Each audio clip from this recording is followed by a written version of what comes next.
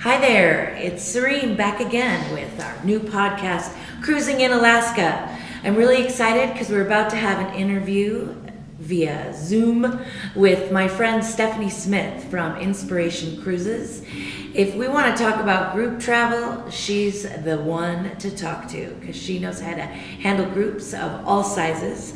I'm really looking forward to this today, and I hope you get a lot of information and inspiration out of this interview.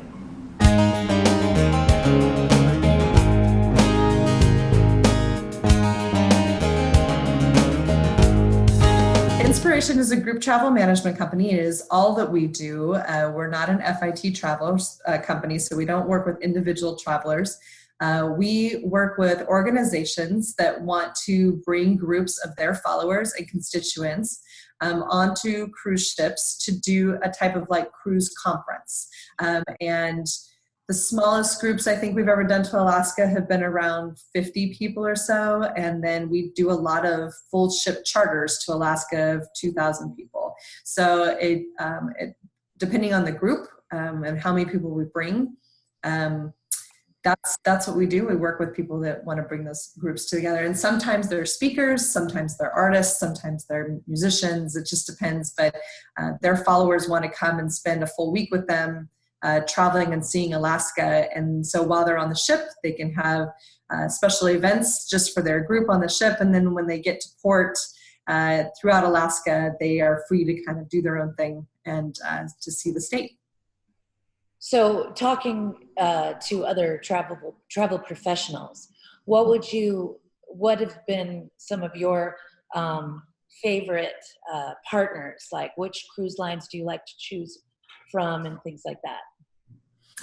So we do a bulk of our travel on Holland America. They're a very good company to use for group travel, and we have a long-standing relationship with them. But that being said, we actually work with all the cruise lines. In fact, this year I think we worked with 8 different cruise lines throughout the world to put our events together. So I would say the vast majority of our Alaska cruises end up being on Holland America because they fit our needs really well. But this past year, we've also used Royal Caribbean, Norwegian, Princess, Celebrity. So a variety of different cruise lines. And yeah, that's... I will say I love Holland America's schedule for Juneau. They do dock right at the downtown port, which makes departures for every tour really easy. And it's also then the downtown dock is right, perfect walking distance to the town. And I also like Holland America's schedule for how long they are in port at each Alaskan port of call.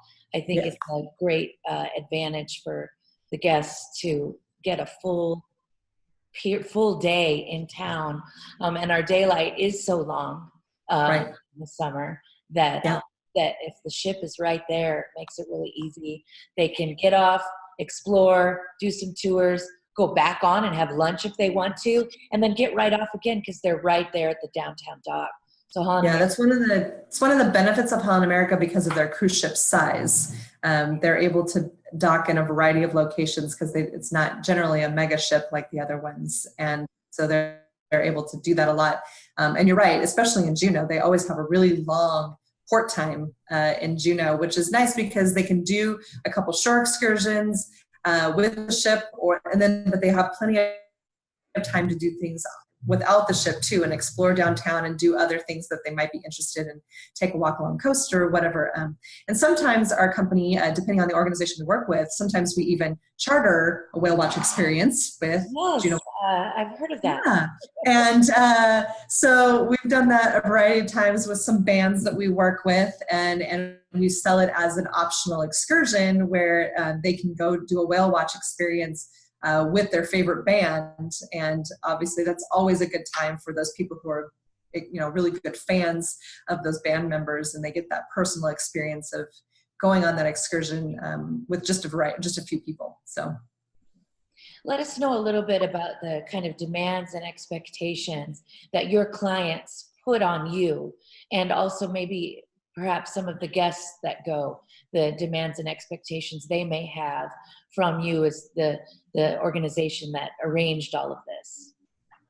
Yeah, I mean, we are a full service travel agency. And so we take very great pride in making sure that people are taken care of from the minute they leave their house until they get back home. We give them the true VIP treatment through the entire process. And so because we've made that as one of our reputations, people have a very high expectation of how they're going to be treated on the way to the cruise, and then especially on the cruise ship. And so we're visible. One of the things that's unique about our company is that we don't just book the people and send them, we actually travel with them.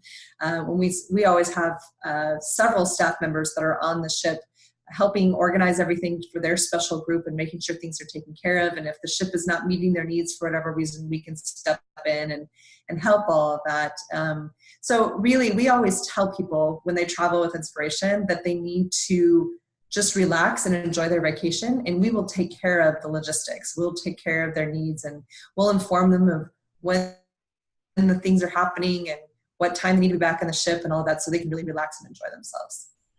I think many of the travel professionals listening will be very happy about this tip, that they should go with their guests. Yes, you really should. There's a benefit there, but yes. And I'll say, as a tour operator, I mean, I don't know of very many companies that wouldn't provide complimentary passes to excursions for the tour leaders. So Right. if you're bringing a group, then us tour operators are more than happy to provide, you know, either discounted, greatly discounted, or complimentary tours to the people that bring these groups, because we're so grateful for that. That's for sure. So tell us a little bit about your process. Like, how do you prepare for something like this, for a big group coming to Alaska? Well, we'd start about 15 to 18 months before the actual cruise, working with the organization. It takes a long lead up time to make an event with this many people successful and to make sure all the details have been taken care of. And so, you know, it's one of the things that we are known for at Inspiration is to making sure that every detail is completely taken care of, especially for our clients, our organizational clients that we work with. We want to make sure, you know, if the speaker doesn't have to worry about anything, or the band doesn't have to worry about anything, that it's a vacation for them as well. And so starting from very early on, we're in communication with the cruise line and the tour providers, and then the organization themselves, to make sure we're putting together a really nice cruise conference for both them and their followers that are coming with them. And that requires a lot of phone calls and a lot of emails back and forth just to make sure all the detail is there. I think every one of our cruise event schedules is roughly around 25 pages for a 7-day cruise. And so it's very detailed. It's a minute by minute schedule, so that we plan to the very minute, so that while we're in the field, we can be as flexible as possible. And if you don't plan every single minute, then you don't know where you can be flexible and when it's not okay to be flexible. And so the keys is to make sure every minute is really planned for, and you know the distance between locations and how long it's going to take you to get from one place to another. And say that again, because that's a mistake everybody makes. Yeah. I mean, you know, we do tours around the world, and it's really important. You can't just Google on a Google map that it's going to take an hour to travel from one location to another. You know, you really have to talk to the professionals in the location that really know, well, yeah, okay, it'll only take an hour at 2 o'clock in the morning, but if you're going at 4 o'clock in the afternoon, it may take you 2 hours. And, you know, these are the details that you have to know and have in your schedule, so that, and even getting off of a cruise ship, you know, there are peak times and slow times when you're getting off of a cruise ship. And if you're escorting a group of 20 people or 200 people off a cruise ship to do a private excursion, you have to have your plan to get off that cruise ship completely planned. You can't just arbitrarily say, okay, everybody meet me at the dock at 2 o'clock, because they won't all be there at 2 o'clock. So you have to work with the cruise ship to organize a room, and you tell everybody to leave, and then you make sure the cruise ship, you know, makes sure all the hallways are empty and that the elevators are free for you. And for that 15 minutes, you are escorting those 200 people in those elevators, and nobody else gets to touch them until all of your people are on the dock ready to go. But then, you know, and you have to know that's going to take you 22 minutes. and you allot for 25. And that way you have, a little bit of time in between. So, it's all of those details that we always make sure are planned out, and they're itemized in our schedule so that everybody who is working for us, if we have 2 people or 12 people working for us on a cruise, everyone knows what's happening at any given moment, and we'll communicate with each other. Escorting people off the ship like that, we have people in the front and the back with walkie-talkies and people in the middle, and communicating of somebody got stuck somewhere, or we have somebody that needs more assistance, and all of those things happen. But you have to plan for that flexibility in the moment. Yeah, that's very good. I think sometimes we forget that on a professional level, that planning, ultimately, more work on the front end makes it easier in execution. Yes. Yeah, for sure. For sure. So I kind of blurted in there a little bit as I got excited about one of your points, but is there anything more that you can tell us about your process of your preparation? No, I mean, it's just about good communication. And that's really, when I explain to new employees in our company, really, yeah, you can call ourselves event planners or travel agents, but really we're good communicators. And if we hire excellent communicators, everything else can be trained, but you have to know how to properly communicate to your client to get the needs that they really want done. And it's about high context communication, because a lot of times people will say something but mean something else, and you have to really understand what they're going for, not really what the words are coming out of their mouth, to really satisfy the client's needs. But at the same time, you would then have to relay what the client needs are and desires are to the vendors, the cruise lines, the tour companies, and how they're going to execute those on your behalf, and how you're going to work with them, and who's going to be responsible for what. So it's all about communication. If you don't have those good communication skills, everything falls apart.